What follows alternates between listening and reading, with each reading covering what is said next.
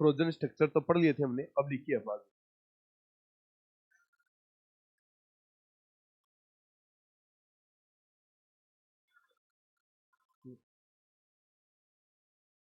Can और could में अंतर,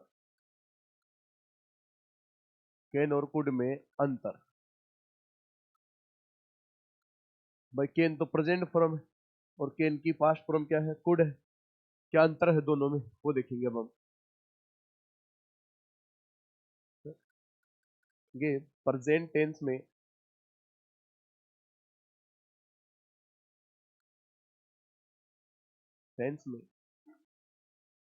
एबिलिटी, कैपेसिटी, प्रेजेंट टेंस में ability, capacity, power, power, intelligence, intelligence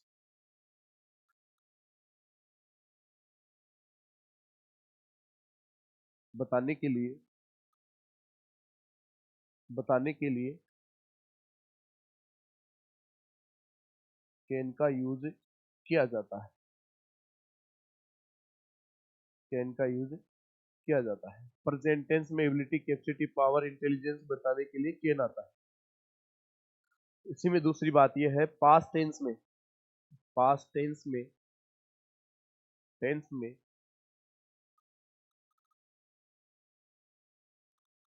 ability,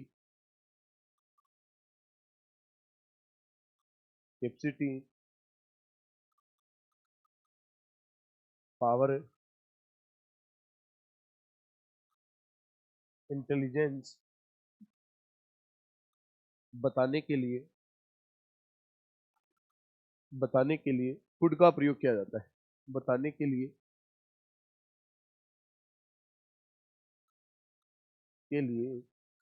could का यूज किया जाता है, यूज किया जाता है।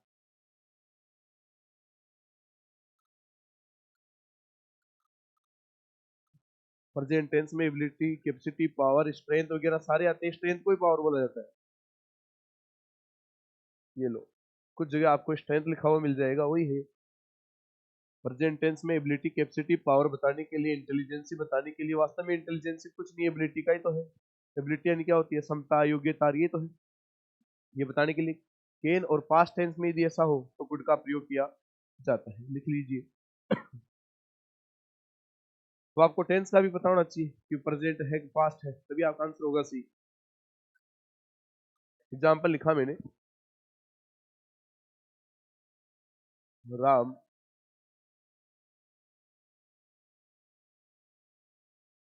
Speak English. पहला एग्जाम्पल लिखा मैंने। दूसरा, राम स्पीक,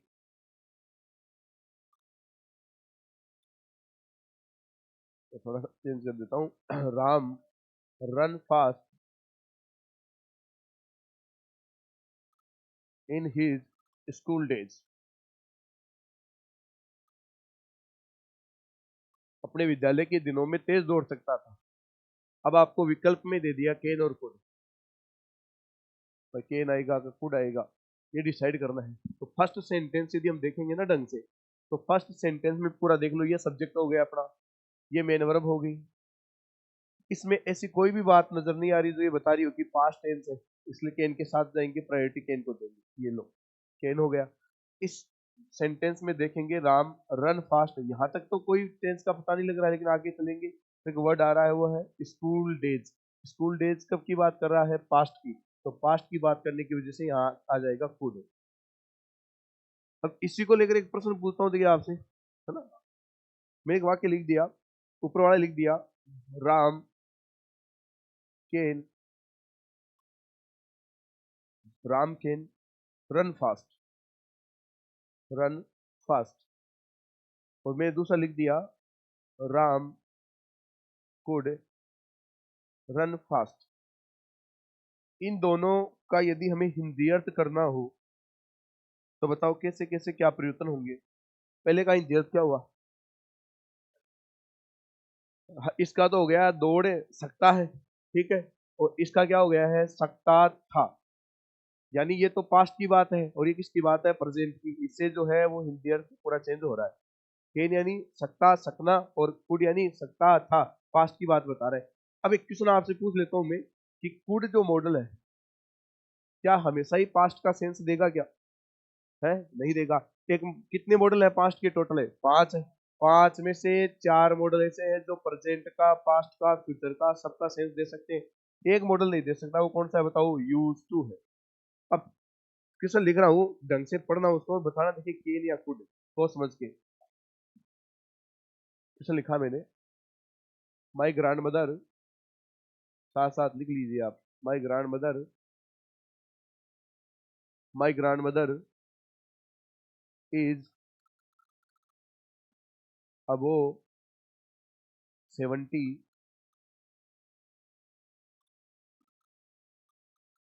बट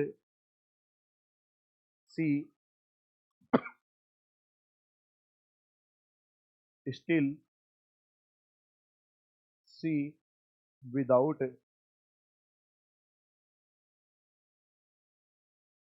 ग्लासेस। पहला वाक्य, कैन कुड में डिफरेंस करना है आपको। My grandmother is above 70 but she still see without glasses. Glasses क्या? कांच वाले गिलास? क्या ग्लासेस? चश्मों के लिए बात हो रही है इतना। बिना चश्मों के देख सकती थी, देख सकती है, साइड करना आप। My grandmother, mother is above 70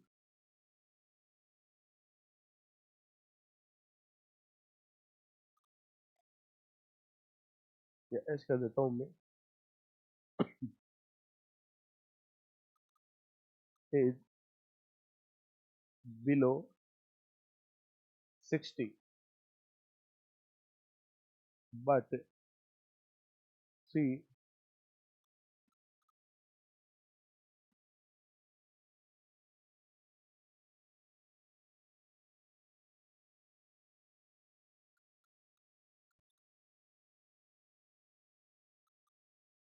सी थोड़ा सा चेंज कर देता हूँ इसका name।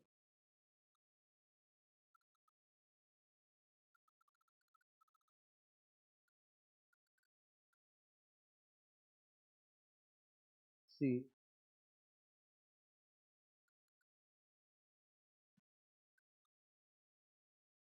C without glasses.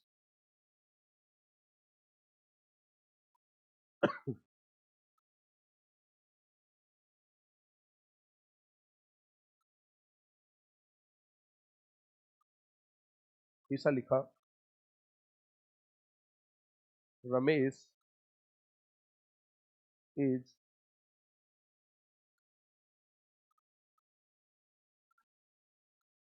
Is above 70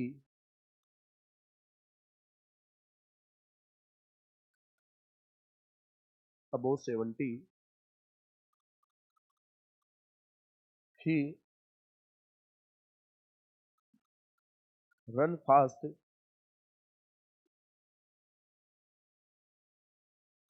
during school days। Can और कुड में डिसाइड करना है आपको। 3 वाक्य लिखे, माई ग्रैंड मदर इज अबव 70। पहले दूसरे में तो ये दिखाया गया, नेगेटिव वर्जन में भी कोई समस्या नहीं आती। यदि नेगेटिव बनाते हैं ना तो कोई दिक्कत नहीं होती है। My grandmother is above 70 but she blanks still see without glasses. ठीक है। दूसरे वाक्य को थोड़ा सा चेंज करके वो लिख दिया मैंने आगे,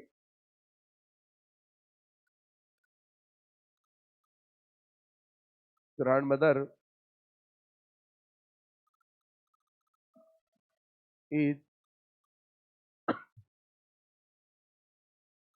इज अबो 70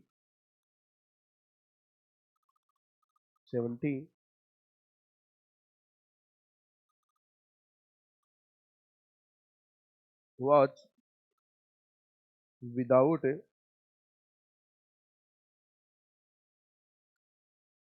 glasses, नहीं कोई जरूरत नहीं, कोमा कर देते हैं इसकी भी।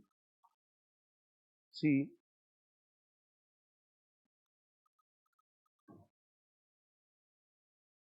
सेम ही कर देते हैं, see without glasses in her childhood. अब आपकी अप्रोच कैसी होनी चाहिए प्रश्न को करने की, वो देखो देखो भाई, केन और कुड में अंतर करना है। केन का प्रयोग तो प्रेजेंट में एबिलिटी, कैपेसिटी, पावर बताने के लिए, और कुड का यूज जो है इन्हीं चीजों को पास्ट में बताने के लिए किया जाता है। सेंटेंस का अर्थ समझेंगे, सेंटेंस का अर्थ नहीं आ रहा है तो फिर क्या करना है वो देखेंगे। करिए देखें, ढंग से सोचना है। पहले का इंडियन देखो, माई ग्रैंड मदर इज अबव 70, दादी की उम्र 70 से बाहर है। अर्थ तो आए नहीं है, कोई दिक्कत नहीं है आपको, दादी की उम्र 70 से बाहर है, लेकिन वो स्टिल यानी अभी तक सी यानी देख सकती है, विदाउट ग्लासेज बिना चश्मे के। अब बताओ वर्तमान में, अब आपको अर्थ नहीं आ रहा है तो क्या करेंगे, पूरे सेंटेंस की खोजबीन करेंगे कि कोई पास्ट की बात आ रही है क्या। अब बताओ ये जो बात आ रही है वो प्रेजेंट की है, पास्ट की है, प्रेजेंट की है। ये जो वर्ब है वो प्रेजेंट की है। आगे चलो देखें, कोई बात पास्ट की है क्या, इस पूरे वाक्य में कोई भी बात पास्ट की नहीं है, और पास्ट की नहीं होने की वजह से यहाँ उत्तर क्या हो गया, कैन हो गया। और अर्थ देख लो चाहिए आप, मेरी दादी की उम्र है तो 70 से ऊपर है, लेकिन वो अभी भी बिना चश्मे के देख सकती है, यानी उसके जो पावर है ना देखने वगने का, बढ़िया है, शानदार। माई ग्रैंड मदर इज बिलो 60, दादी की उम्र जो है वो 60 से नीचे है, but she not see without glasses, लेकिन बिना चश्मे के देख नहीं सकती हो। अब बताओ, ये तो नेगेटिव है, लेकिन नेगेटिव से मैंने हमें तो उत्तर निकालना है केन और है वुड में। अब आप बताओ कैसे ढूंढोगे, यदि आपको अर्थ नहीं आता है तो आप चलोगे ऐसे कि कोई पास्ट की बात है क्या। ये कौन सी है, प्रेजेंट की। आगे चलो देखें, कोई पास्ट की बात है नहीं है, तो यहाँ क्या जाएगा, केन। नोट हो गया, ये नेगेटिव वर्जन हो गया। है तो उम्र उसकी कम है, लेकिन अभी भी चश्मे के बगैर वो देख नहीं सकती है। कब की बात की जा रही है, प्रेजेंट की बात है।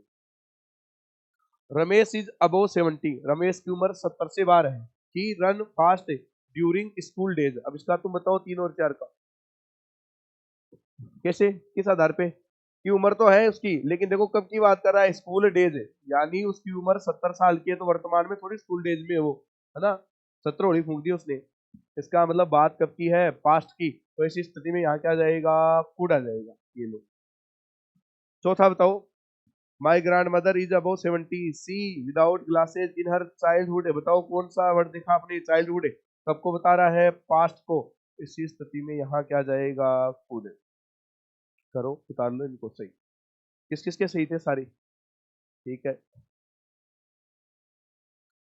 ऐसा बहुत बार पूछा हुआ है, same to same.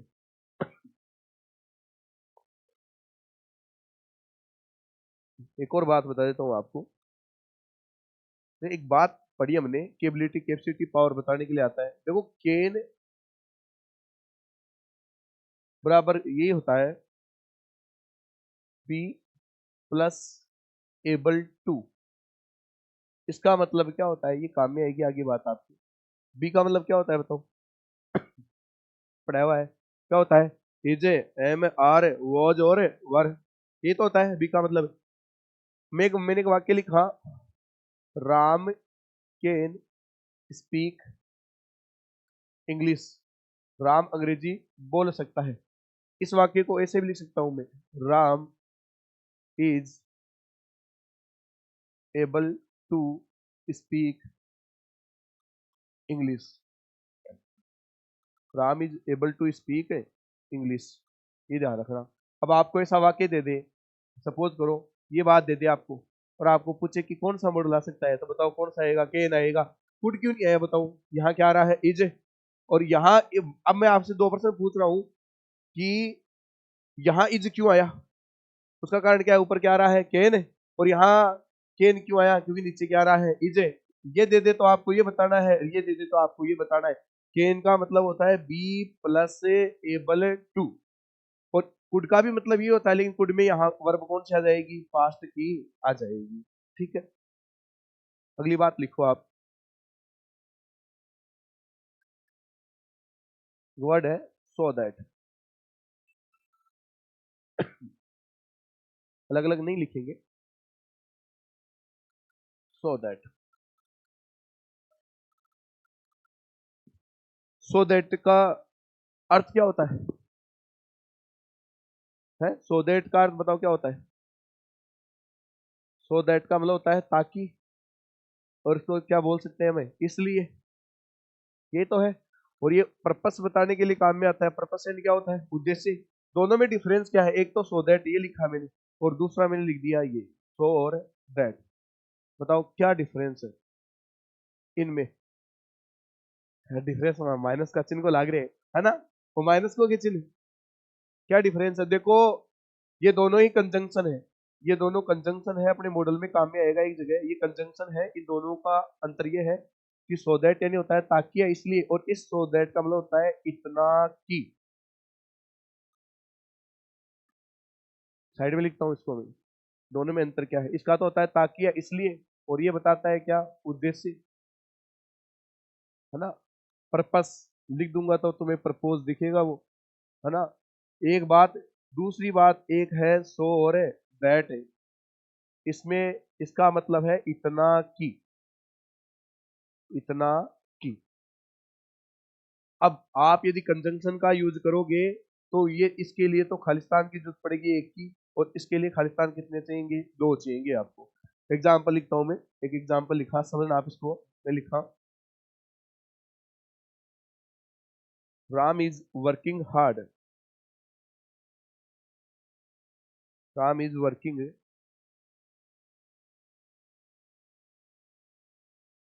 Working hard so that he may get good marks, good marks. समझने के लिए लिख रहा हूं ये बात कि आप ऐसे नहीं कि दोनों एक ही है, ये थोड़ा दूर दूर लिख दिया है, ऐसा कोई नहीं। दूसरा में लिखा, राम इज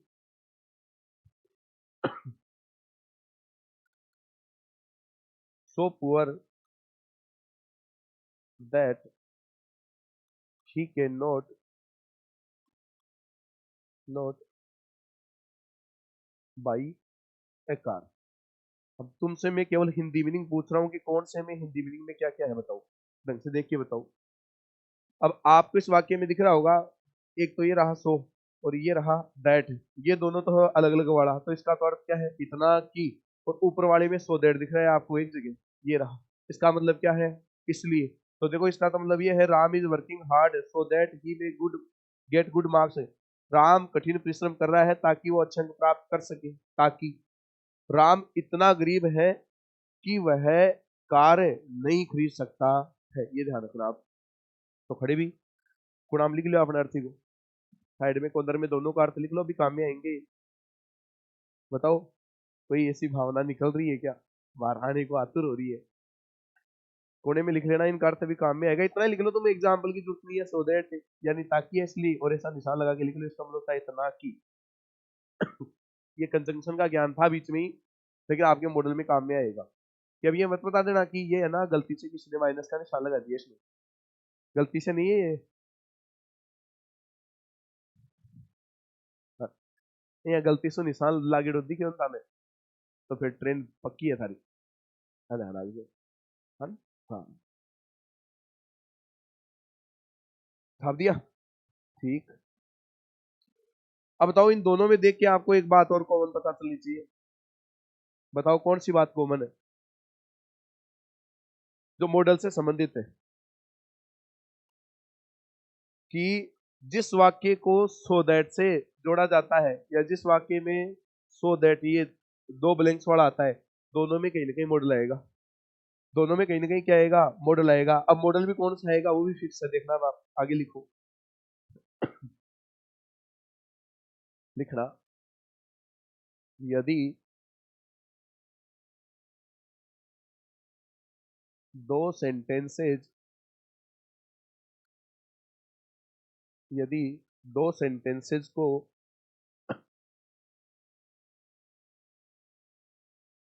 सो दैट से जोड़ा जाए, यदि दो सेंटेंसेस को सो दैट से जोड़ा जाए जोड़ा जाए तो जोड़ा जाए और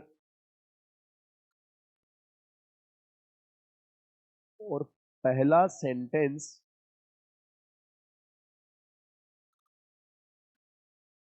यदि यदि प्रेजेंट का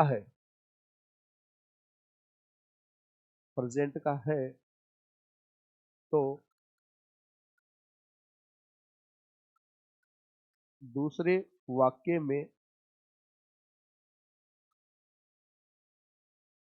मॉडल में का यूज करेंगे, मॉडल में का यूज करेंगे। यदि में विकल्प में नहीं है, ऐसी कोई एग्जाम नहीं है मॉडल का प्रश्न पूछा जाए यहां से प्रश्न लिया इस बात से। यदि विकल्प में यदि में विकल्प में नहीं है तो केन को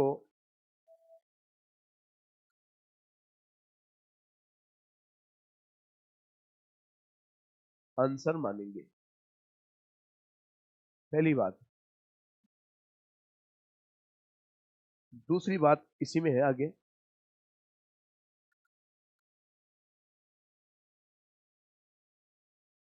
सो दैट से पहले वाला सेंटेंस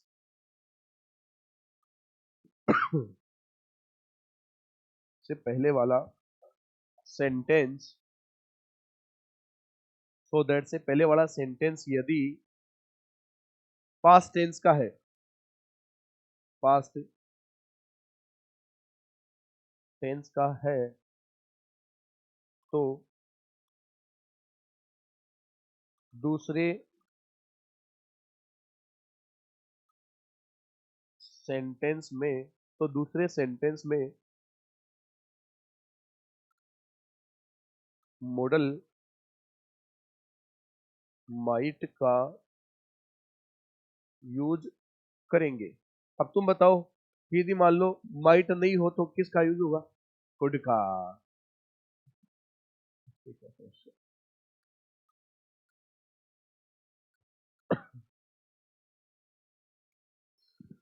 छापो इसको तो, किस चीज की तैयारी कर रहा है ये? प्रिपेयरिंग टू एक्सपोर्ट, क्या समस्या होगी इसके? डाटा निकाल रहा है?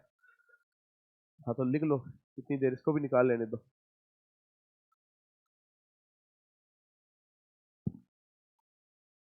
लिखो, आगे लिख लीजिए आप, आगे बात लिख लो। यदि माइट नहीं होगा तो किसको उत्तर मानेंगे? कुड को आंसर मानेंगे।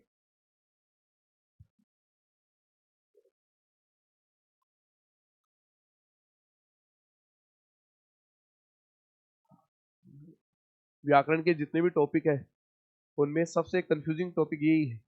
उसके पीछे का कारण क्या है? जैसे सब्जेक्ट वर्ब एग्रीमेंट पढ़ा हमने, फिक्स फिक्स बात है, ये आने पर ऐसा हो जाता है।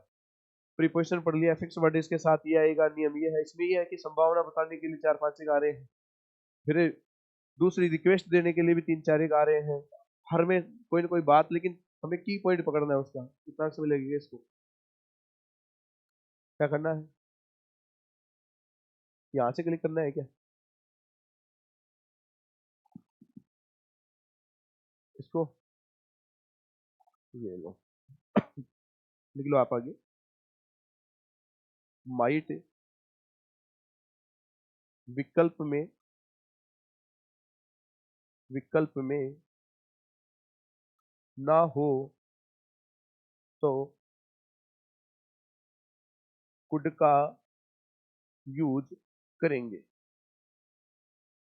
ये लो, वाक्य में सो दैट आ जाए तो दो ही मॉडल बनते हैं अपने पास, में और माइट। प्रेजेंट का स्ट्रक्चर है तो आगे आ जाएगा में, और पास्ट का है तो माइट आ जाएगा। फॉर एग्जाम्पल वाक्य लिखा मैंने, पहला वाक्य लिखा, Ram worked hard so that he get good marks in the exam। विकल्प दे दिया आपको, कैन बी दे दिया, कुड सी दे दिया, विल ओडी दे दिया, नन, इनमें से कोई नहीं। मैं ये जानना चाहूंगा कि ये जो आंसर तो एक ही है, बाकी तीन क्यों नहीं आ रहे हैं? फर्जी क्यों है? फर्जी होने का कारण बताना आपने, देख लो। पर फर्जी होने का कारण ही पूछना है अपने को। तो पहले तो आपने वाक्य में क्या देखा कि आपका उत्तर थोड़ा सा क्लियर हो गया, ये देखा आपने क्या आ गया इसमें, सो दैट आ गया है, ठीक है। अब नियम ये कहता है कि सो दैट जो है उसके पहले का स्ट्रक्चर देखेंगे भाई, फिर उसके बाद की बात डिसाइड होगी, पहले क्या आ रहा है, प्रेजेंट टेंस है, पास्ट टेंस है, कौन सा है कि नहीं है, वो चीज देखेंगे। अब सो दैट के पहले बताओ कौन सा टेंस है? पास्ट टेंस है। आपको कैसे पता चला पास्ट टेंस है? वर्ब की कौन सी फॉर्म आ रही है? सेकंड, ठीक है, सेकंड फॉर्म आ रही है, इसका मतलब पास्ट टेंस है। तो आगे बताओ आंसर क्या आएगा? अब देखो सो दैट आता है तो उत्तर बनेंगे अपने क्या, मे और माइट। ये दोनों उपलब्ध नहीं है तो अपना पास उत्तर क्या बन जाएगा, केन और कुड। अब अपने पास विकल्प है तो इनको तो एक बार साइड में रखो। अब इधर यदि पास्ट टेंस है तो केन तो आएगा नहीं, फिर विल आएगा नहीं, बचा क्या फिर? बताओ क्या आएगा? कुड भर दूं क्या है? भरूग नहीं भरू कुड, बताओ। अरे भरूग नहीं भरू, अभी मैंने क्या बताया था आपको,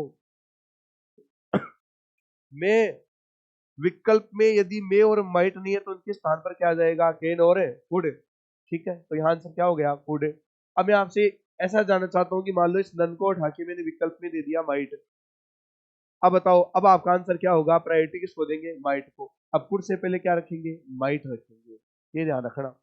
ऐसा जैसे मैंने लिखा है वैसा लिखना, माइट लिखना फिर कुड लिखना, ऐसे ऊपर तरी, समझ रहे होगे? ऐसे लिखना आप कि ऐसा होता है, ऐसा हो जाता है। फिक्स लेके मत चल जाना कि माइट ही आएगा, माइट विकल्प में नहीं है तो कुड हो जाएगा अपना।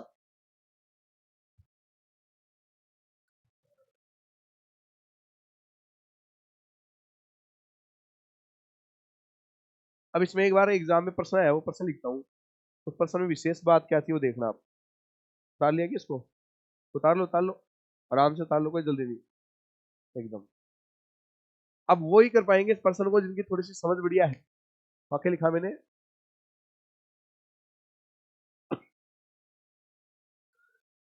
ही, बताना नहीं किसी को भी, he cut the tree so that he use it. सा सा लिख लो। विकल्प है कैन, विकल्प है माइट, विकल्प है मे, विकल्प है डी, नन, इनमें से कोई नहीं। दूसरा वाक्य लिखा मैंने, सेकंड सेंटेंस लिखा इसका,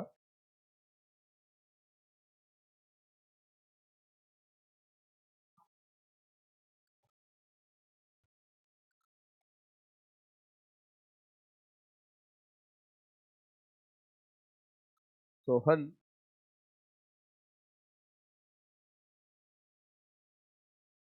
lesson so that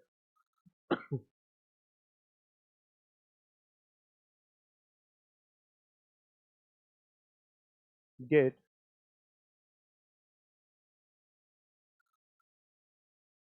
good marks in his class test. आपका भी था, भूल गया मैं, होगा कल। हाँ हाँ, पढ़ते रहो तो मस्त रहो एकदम, हो जाएगा, थोड़ा टाइम मिल जाए बस। अब देखो, लग जाएगा, पेपर दूंगा मैं, बता दूंगा आपको। विकल्प है आपके पास में, बी है आपके पास माइट, सी आपके पास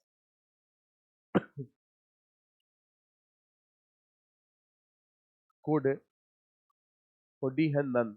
बड़ा सोच के आंसर करना है भाई आपको।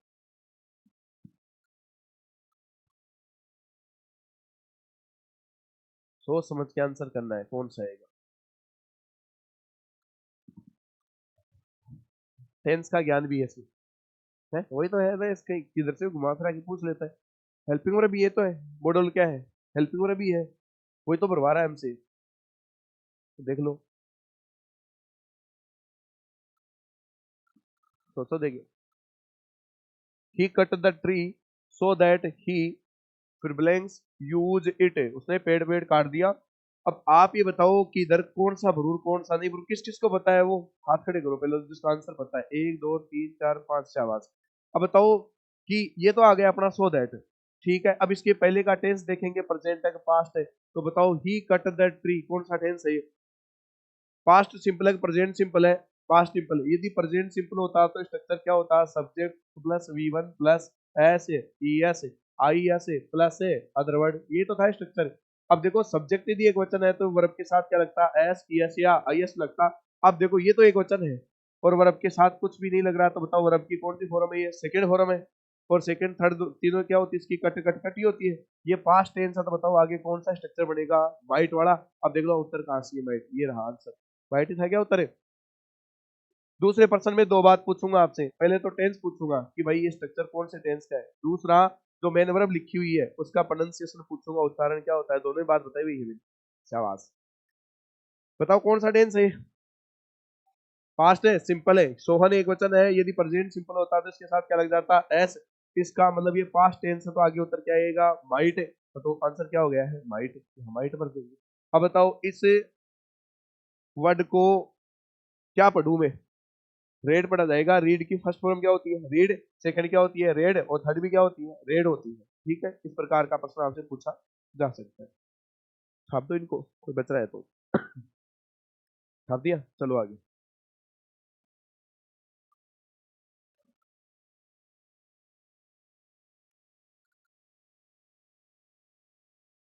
अब लिखेंगे मैं, और ऐसे लिख लो, थोड़ा सा तीनों ले लेते एक साथ ही, पॉसिबिलिटी,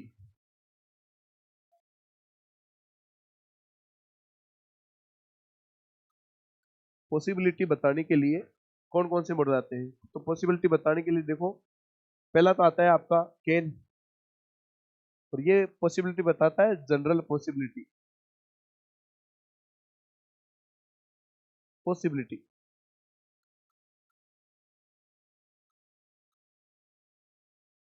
ठीक है, सामान्य संभावना। फिर में ये बताता है फैक्चुअल पॉसिबिलिटी।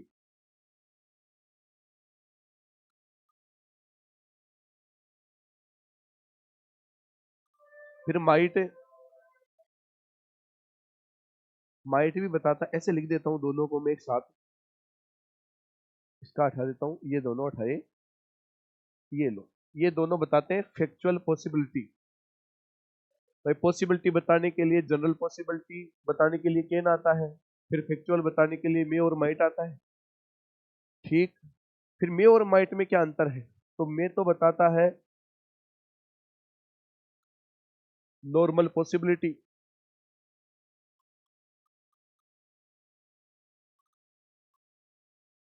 नॉर्मल पॉसिबिलिटी यानी इसमें काम के होने की संभावनाएं 50-50 की होती है, काम हो भी सकता है और नहीं भी हो सकता, ठीक है। फिर माइट में, माइट का यूज किया जाता है रिमोट पॉसिबिलिटी बताने के लिए, रिमोट पॉसिबिलिटी,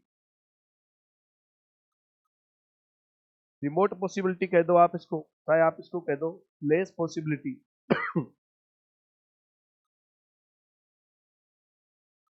लेस पॉसिबिलिटी, चाहे आप इसे कह दो वीक पॉसिबिलिटी,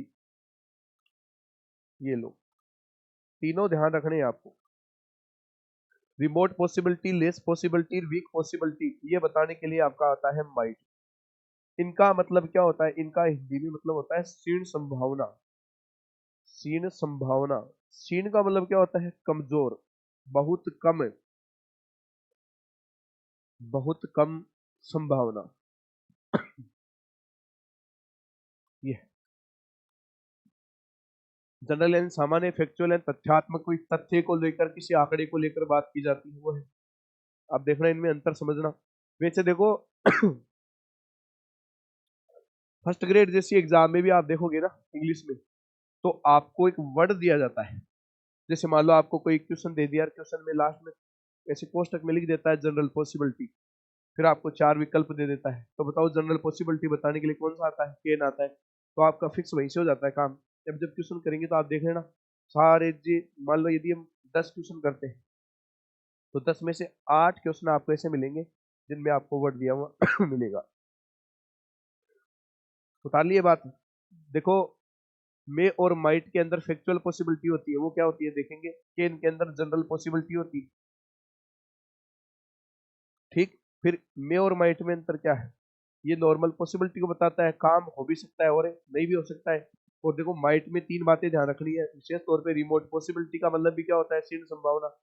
लेस का मतलब भी क्या होता है? क्षीण संभावना। और वीक पॉसिबिलिटी का मतलब भी क्या होता है? क्षीण संभावना ही होता है। इस बात को ऐसे समझना। इसी को लेकर आगे लिखेंगे मे और माइट में अंतर कैसे करेंगे। मे और माइट में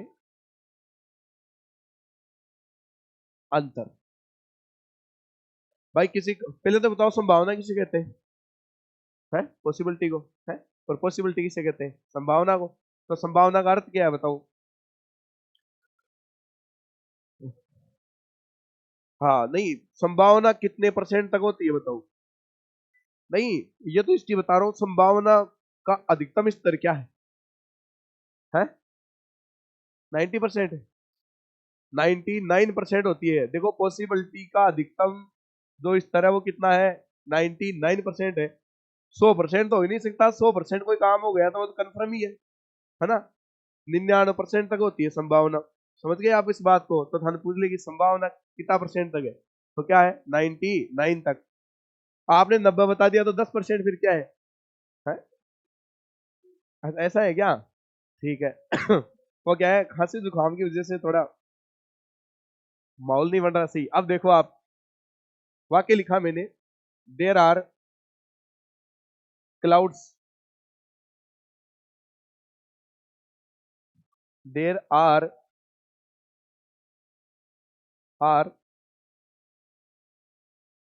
clouds in the sky. Sky यानी क्या? आसमान। Sky, it rain today. ये लो, आसमान में बादल है, बारिश हो सकती है, कोई बात नहीं है।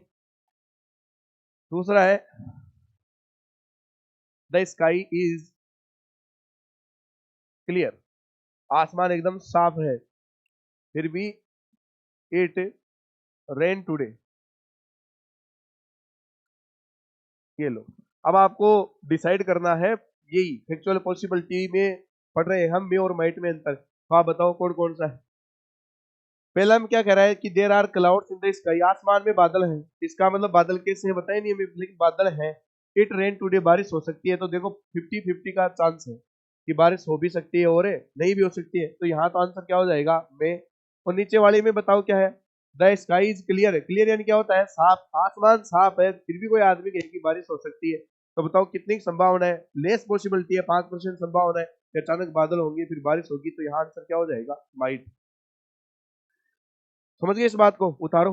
अब इसका प्रश्न एक बार कैसे पूछा हुआ है वो प्रश्न देखना आप।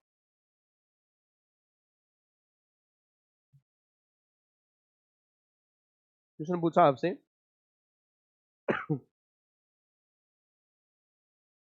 The last bus has gone,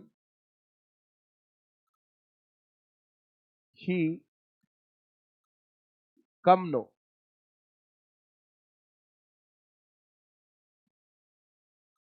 विकल्प दे दिया आपको, मे बी कैन,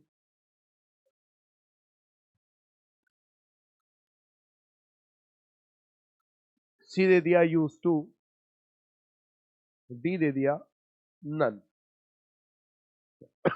ये दे दिया। अब मैं तुमसे जानना चाहूंगा the last bus has gone, he come no. हाँ सोच लो, जल्दबाजी मत करो आप। अंतिम बस है जा चुकी है, इटे ही में कम नो। ठीक है, एक बात तो ये भी है कि भाई इधर प्रेजेंट आ रहा है ना, ये भी है क्या कोई तुक्का, ऐसा कोई तुक्का?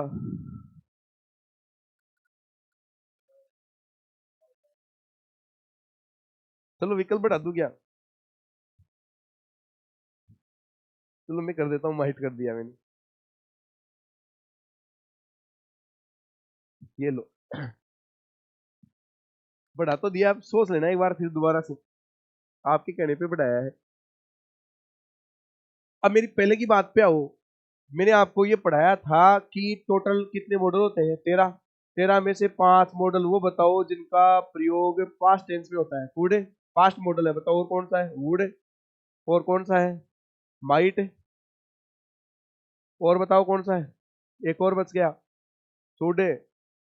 और वो यूज टू, इसको तो अलग ही रखेंगे। ये कौन सा है? Used to. अब बताओ इनके बारे में कोई बात लिखवाई है क्या आपको? पहले पहले लिखवा दी थी मैंने, वो बात बताओ क्या है? कि इन 5 मॉडल में से 4 मॉडल ऐसे हैं जो सारे समय में आ सकते हैं, सारे टेंस में आ सकते हैं। मान लो आप ये सारा समय बताएंगे, ये प्रेजेंट का समय भी बता सकते हैं आपको, ये पास्ट का भी बताएंगे और है फ्यूचर का भी बताएंगे। तो ऐसा तो कोई फिक्स नहीं है कि इधर यदि प्रेजेंट का है तो आगे ये नहीं आ सकते, बिल्कुल आ सकते हैं, बढ़िया से बढ़िया आ सकते हैं। ये नहीं आ सकता बढ़िया से बढ़िया, क्योंकि इसको तो प्योर पास्ट चाहिए, तो इसका मतलब ये तो आएगा नहीं, तो ये तो फर्जी है। इसको तो प्रेजेंट का नाम और निशान नहीं होना चाहिए बस इसके लिए। तो अब बताओ आप, अब ये कह रहा है the last bus has gone, अंतिम बस जा चुकी है। अब बताओ, यहाँ सीकर से उदयपुर वाटी कोई बस आ रही है, लास्ट बस है 10 बजे की, आपने 9 बजे इंतजार किया किसी का, आ रहा है बस में, कोई नहीं उतरा उसमें से, 3 लेडीज उतरी, आपने देख लिया उनको, ठीक है। जिस रामलाल की तलाश में आप थे, रामलाल उतरा नहीं, इसका मतलब लास्ट बस आई, उसके बाद में कार आई, उसमें से कोई नहीं उतरा। लास्ट बस आई, रुकी 2 मिनट, कोई नहीं उतरा। तो बताओ अब उसके सीकर से उदयपुर वाटी आने की संभावना कितनी परसेंट है?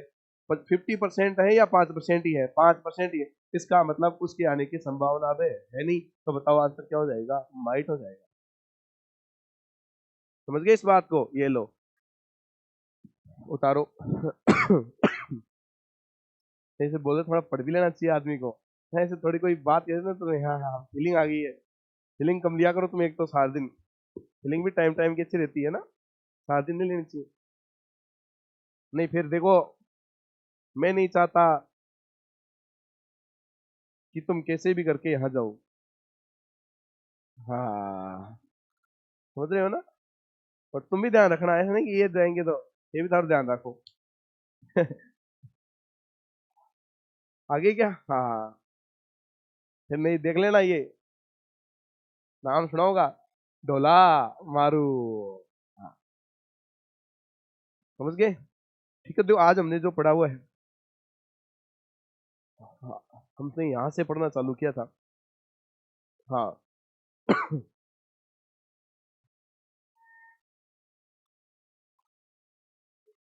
हाँ बिल्कुल, केन और कुड में अंतर से यहाँ से पढ़ना चालू किया था।